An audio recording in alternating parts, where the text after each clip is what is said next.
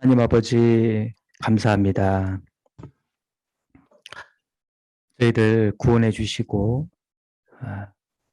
주님의 크신 은혜 가운데에서 또한 소망 가운데 또 살아가게 해주신 것 감사를 드립니다. 오늘도 이렇게 또 새로운 또 한 주를 또 열어 주시고 또 한 주의 시작을 우리 귀한 형제 자매님들과 또 함께 또 교제 나눌 수 있게 해주신 것 감사를 드립니다.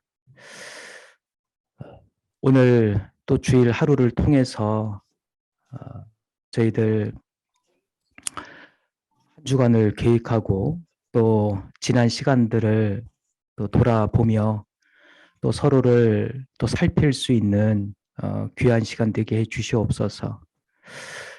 뿐만 아니라 또 저희에게 또 맡겨주신 주님의 일을 하는 데 있어서도 더욱 감사함으로 또 기쁨으로 또 함께 참여할 수 있도록 인도해 주시옵소서. 악해져만 가고 있는 세상 가운데에서 저희들 더욱 주님을 붙잡고 또 살아갈 수 있게 해주시고 주님의 말씀과 교제 안에서 또 우리 각자의 마음을 또 잘 다스리고 더욱 평강 가운데 주님의 일을 할 수 있도록 인도해 주시옵소서. 이것을 위해서 또 저희들 서로 또 돕고 또 하나가 될 수 있도록 인도해 주시옵소서. 또한 이것을 통해서 주님의 이 복음이 더욱 힘있게 또 전해질 수 있도록 인도해 주시옵소서. 모든 것을 주님께만 의지하고 부탁드립니다. 저희를 사랑하시는 예수님 이름으로 기도드렸습니다. 아멘. 예, 성경 잠언 16장을 찾겠습니다. 잠언 16장입니다.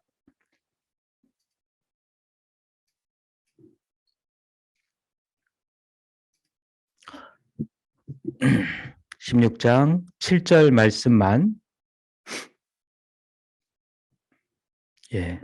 7절 말씀만 함께 읽겠습니다.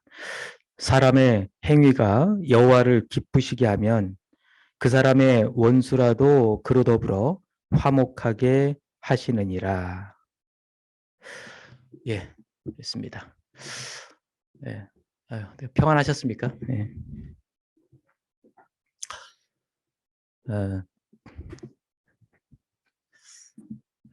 아시다시피 또 어제 그 뉴스를 보니까 또 별로 좋지 않은 또 소식들이 들려오고 있는데요. 아무튼 저희들 좀 더 기도하라고 하시는 것 같습니다. 그래서 이제 마음이 조금 답답해지려고 하기는 하는데 제가 좀 더 힘써서 함께 또 기도해야 할 것 같습니다. 오늘은 짧은 말씀이지만 사람의 행위가 여호와를 기쁘시게 하면 어떤 일들이 일어나는지 또 성경에 대해서는 또 여러 말씀들이 있는데 그 중에 오늘 이 잠언 16장 7절에는 사람의 행위가 여호와를 기쁘시게 하면 그 사람의 원수라도 그로 더불어 화목하게 하시느니라 라고 말씀하셨는데요. 참 이 화목하게 된다. 또 화평을 갖게 되고 또 평강 가운데 살아간다라는 것이 정말 참으로 중요한 것 같습니다. 나 개인의 어떤 마음 상태도 그렇지만 우리 또 가정 안에서의 어떤 평강, 더 나아가서 우리 또 이렇게 교회 안에서의 평강, 뭐 더 나아가서 이 땅의 모든 사람들과의 어떤 평강, 이것이 우리가 온전히 이루어질 수 있다면 좀 살만 날 것 같습니다. 사실 가장 힘든 게 우리의 마음의 이제 평강이 이제 깨지는 것이 이제 가장 힘든 문제인데요. 이제 그 방법을 이렇게 제시해 주신 겁니다. 그러기 위해서 필요한 것이 사람의 행위가 여호와를 기쁘시게 하면 그게 가능하다라고 이렇게 말씀을 하시는 겁니다. 그래서 오늘은 이제 그 예를 이제 성경의 한 인물을 들어서 좀 잠깐 생각해 보려고 합니다. 이제 뭐 우리가 잘 알고 있는 바로 이제 다윗인데요. 다윗이 정말 이유 없이 그 시기와 미움을 받고 계속 쫓겨다니는 그런 신세로 있을 때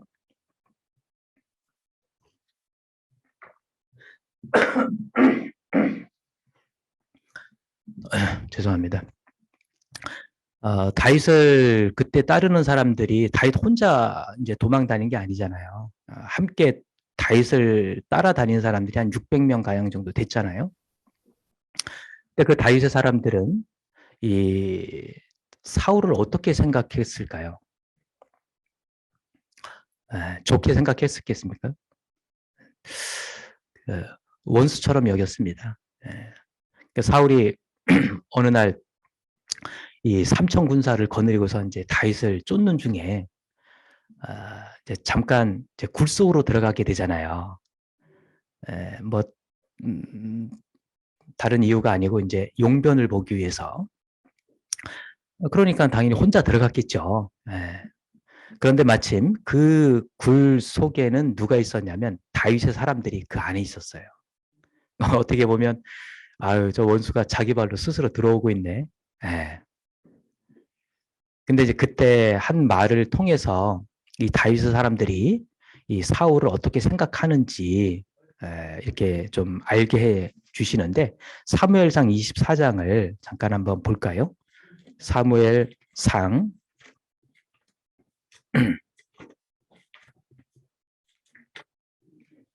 24장입니다. 24장 4절 말씀을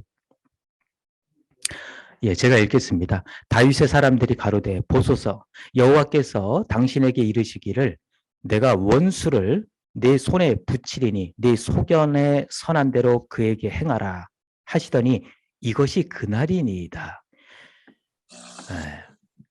자, 이 다윗의 사람들이 한 말을 보면은요, 사울을 원수로 여기고 있다라는 것을 알 수 있어요.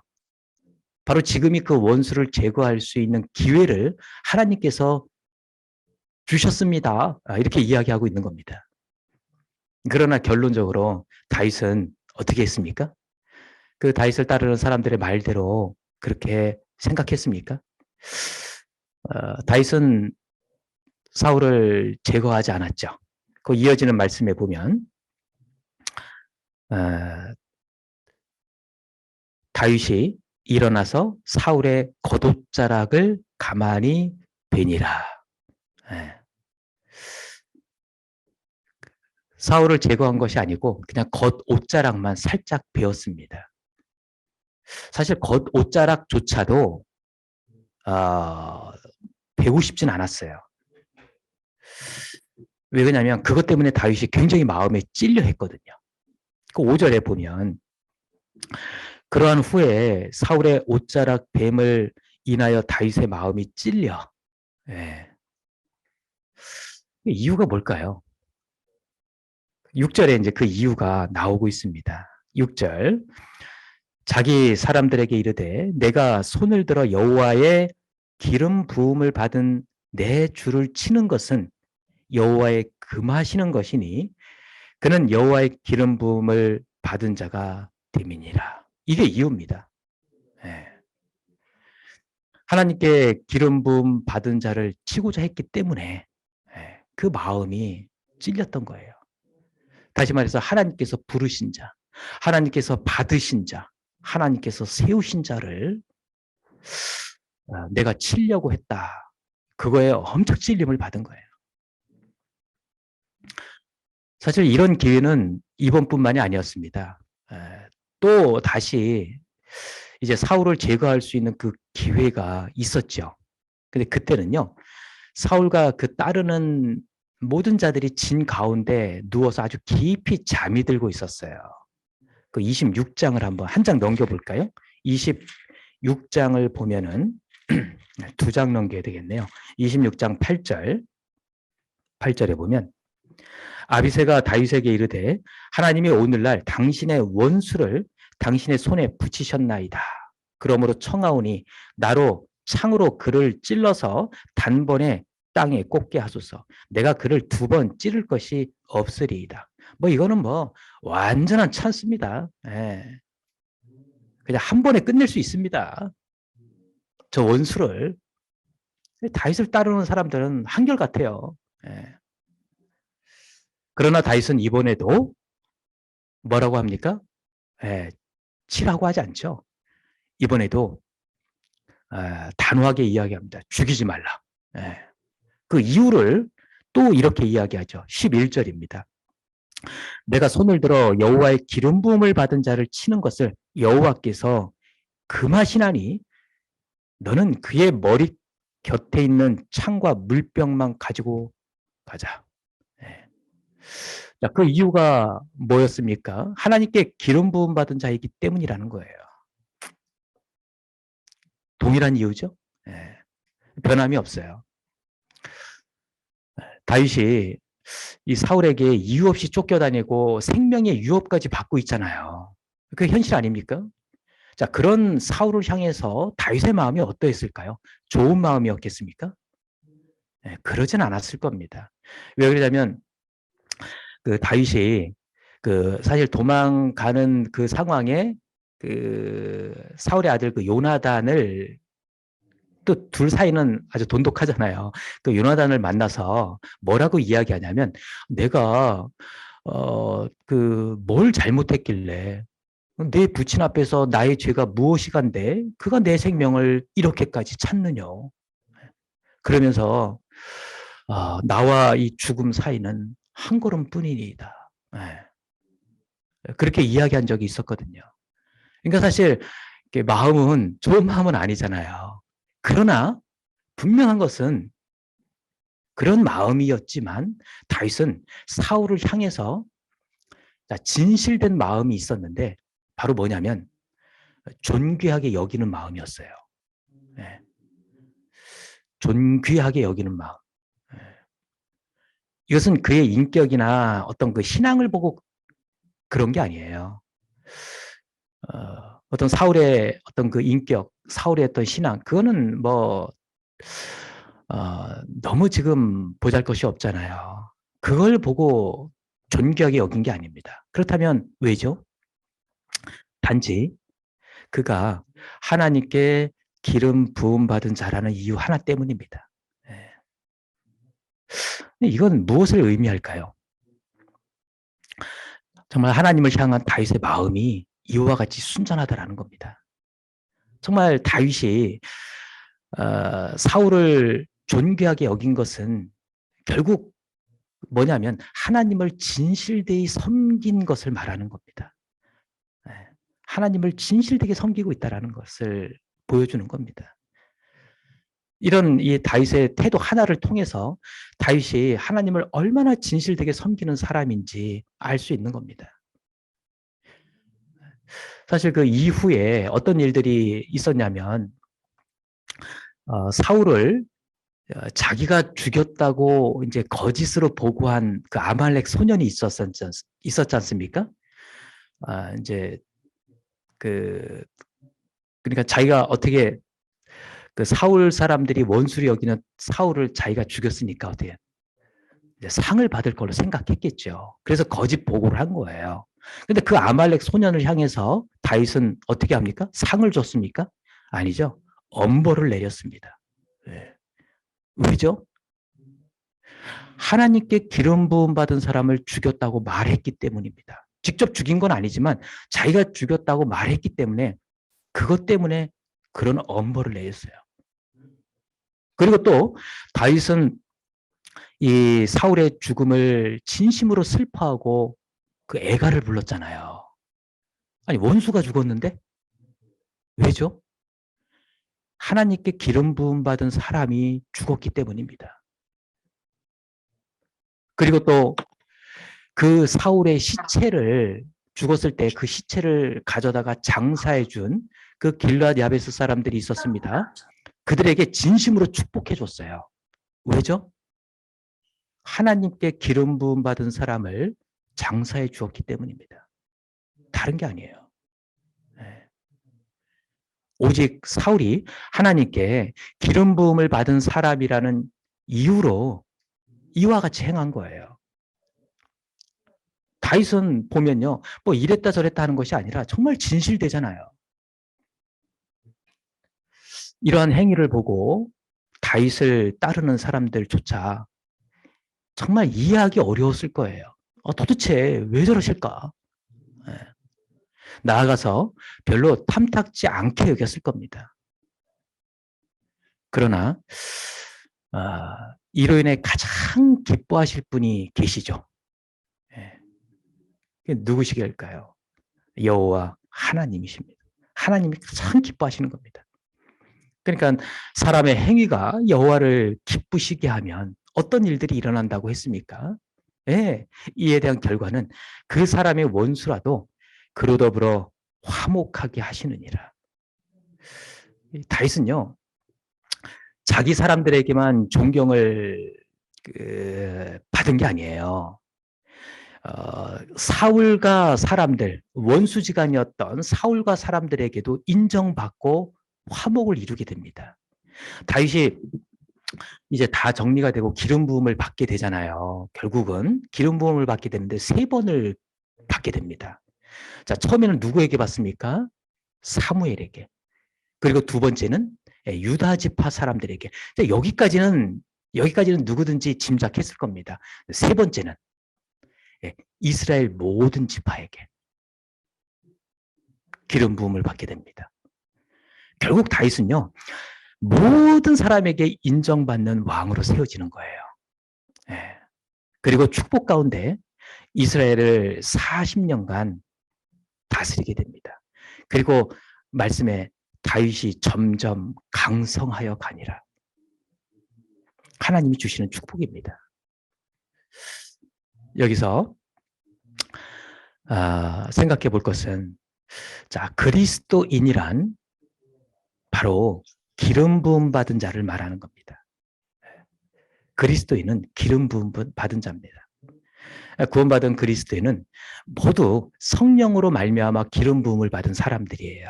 그래서 요한일서에 보면 너희는 주께 받은 바 기름 부음이 너희 안에 거하나니. 성령을 이야기하지 않습니까? 성령으로 말미암아 기름 부음을 받은 사람들이 바로 우리입니다. 그리스도인들입니다. 사도행전에서도 말씀하고 계시잖아요.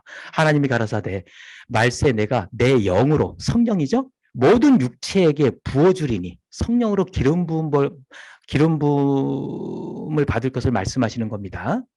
그러면 어떻게 된다고 했냐면 너희의 자녀들은 예언할 것이요, 그리고 환상을 볼 것이요, 그리고 꿈을 꾸리라. 이렇게 3가지를 말씀하셨어요. 이것은 우리에게 해당되는 겁니다. 이 모든